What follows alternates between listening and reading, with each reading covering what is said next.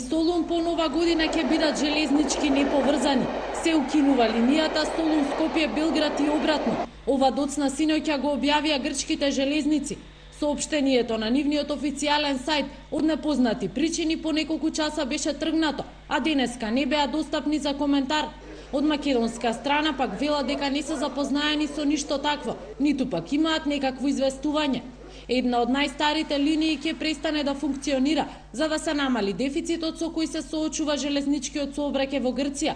Од јануари 2011 предвидено е намалување на бројот на возови, укинување на постоечки линии, изголемување на цените на билетите за 50 до 75%. Доколку одлуката возот Скопје-Солун-Белград да престане да сообраќа е конечна и дефинитивна од Грција, тогаш се предвидени законски санкции за едностраната одлука за укинување на меѓународни возови. Железничката линија Солун-Скопје е постара од 1 век. Во август 1873 била пуштена за прв пат во употреба со должина од 243 километри, а крајната дестинација била Митровица.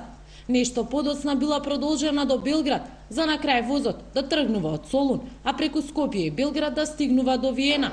Според последните проценки, од Скопје до Солун и обратно, со воз годишно патуваат околу 10.000 граѓани.